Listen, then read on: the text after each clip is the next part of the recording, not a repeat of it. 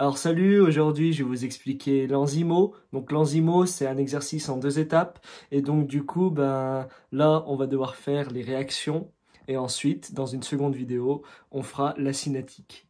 Donc les réactions, donc la première chose à voir c'est vraiment que fait l'enzyme. Donc que fait l'enzyme, c'est représenté par les flèches, mais surtout, regardez l'énoncé. Tout est marqué dans l'énoncé. Donc dans le nom, il y aura déshydrogénase, kinase, isomérase. Donc faut bien regarder et des fois, ça sera avec des abréviations. Donc DH pour déshydrogénase, K pour kinase, I pour isomérase. Et si vous avez rien dans l'énoncé, donc là, faudra regarder ce qu'on a au début, donc le substrat, et ensuite donc le produit, et on faut regarder ce qui change. Donc par exemple, si on a une amine qui est enlevée du produit, et bien là, ça sera une désaminase. Ensuite, deuxième étape, donc ce qu'il faut faire, c'est reconnaître qu'est-ce qui est l'enzyme et qu'est-ce qui est ou sont les substrats, parce qu'on peut en avoir plusieurs. Donc l'enzyme, elle n'est pas toujours représentée. On voit juste ce qu'elle fait avec des flèches. Elle peut être représentée dans certains cas, mais ce qu'on va surtout voir, c'est le substrat et le cofacteur. Donc le cofacteur, ça peut être numéro 1, un ion, d'accord, magnésium, zinc, fer, ou ça peut être un acide aminé. Donc ce qu'on va devoir chercher, c'est vraiment qu'est-ce qui est le groupement ionique, d'accord? Mais surtout, encore une fois, regardez bien l'énoncé, le nom de l'enzyme est noté, les substrats comme le glucose ou l'ATP sont notés. Et ensuite, troisième étape, donc reconnaître le type de réaction. Donc on a deux types de réactions. Oxydoréduction d'un côté, donc c'est un échange d'électrons, mais on ne verra pas le déplacement d'électrons, on verra le déplacement de protons H+. Donc là, il faudra regarder. Et ce qui est impacté par l'oxydoréduction, c'est pas le substrat, mais surtout le cofacteur. Donc par exemple, l'ion comme un Fe2+, quand il sera oxydé, il deviendra un Fe3+, parce qu'il va perdre des électrons. Ensuite, l'acide base, c'est plus un échange d'atomes. Et là, le cas le plus fréquent, c'est des réactions avec des acides aminés qui sont, dans la majorité des cas, des réactions acide-base.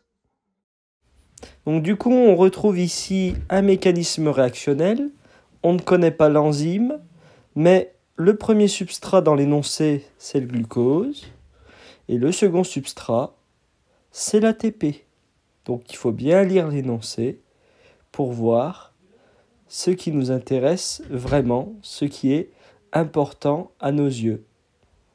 Ensuite, donc, on va se reporter au mécanisme réactionnel et on retrouve le glucose sous forme cyclique, d'accord? Donc c'est à ça que servent les cours de chimie structurale.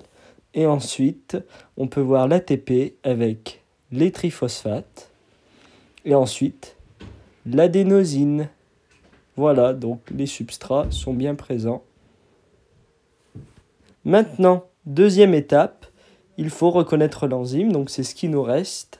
On voit bien donc la structure ici avec un acide aminé, ASP, qui correspond à l'aspartate.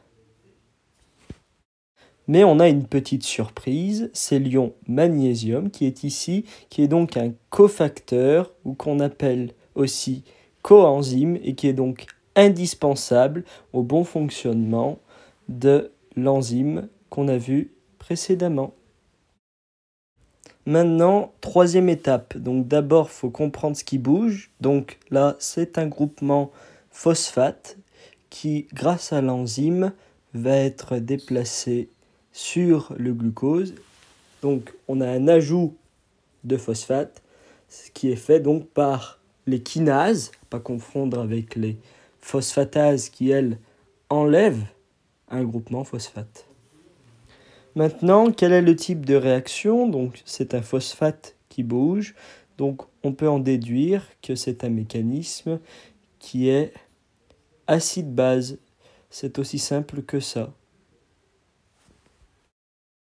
Deuxième mécanisme, un peu plus compliqué. Donc, on repère l'enzyme dans l'énoncé qui est la PDH. P qui est pour pyruvate, qui est donc le substrat de l'enzyme. Et DH qui est l'action de l'enzyme, qui est donc une déshydrogénase. Et on voit encore une fois l'importance de l'énoncé, qui nous permet de faire la moitié du boulot. On repère ensuite le substrat, le pyruvate, dans le mécanisme. Oups, petite clip de feuille. Et donc à côté de ce pyruvate, on a le TPP, qui est donc le cofacteur ou le coenzyme qui est indispensable. Donc j'ai dit que le mécanisme était un peu plus compliqué. On a d'abord une déshydrogénase par la PDH, puis ensuite on a un CO2 qui part, donc c'est une décarboxylation, donc une deuxième réaction dans ce mécanisme. Ensuite on voit qu'on a des H+ qui partent, donc là, et ensuite ici. Et comme j'ai dit, quand il y a des H+ qui partent, c'est-à-dire qu'on a un déplacement d'électrons, ce qui veut dire que le mécanisme est de l'oxydoréduction. Petite spécificité ici du coenzyme, donc il est régénéré à la fin de la réaction.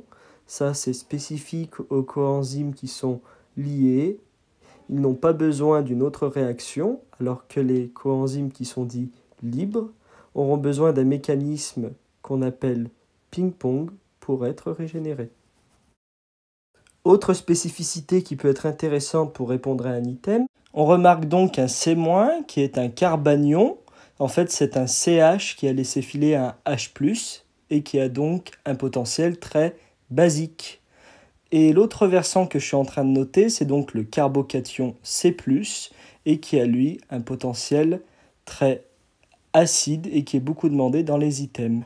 Ensuite, second point, qu'est-ce qu'un intermédiaire? Donc c'est toutes les étapes comme celle-là ou celles-là qui sont dans le mécanisme. Et en général, il y a toujours des intermédiaires. Bon, j'espère qu'avec cette vidéo, vous auriez mieux compris comment aborder le mécanisme enzymatique. On se dit à plus tard pour une prochaine vidéo sur la cinétique. Allez, tchuss, tchuss. Tchuss.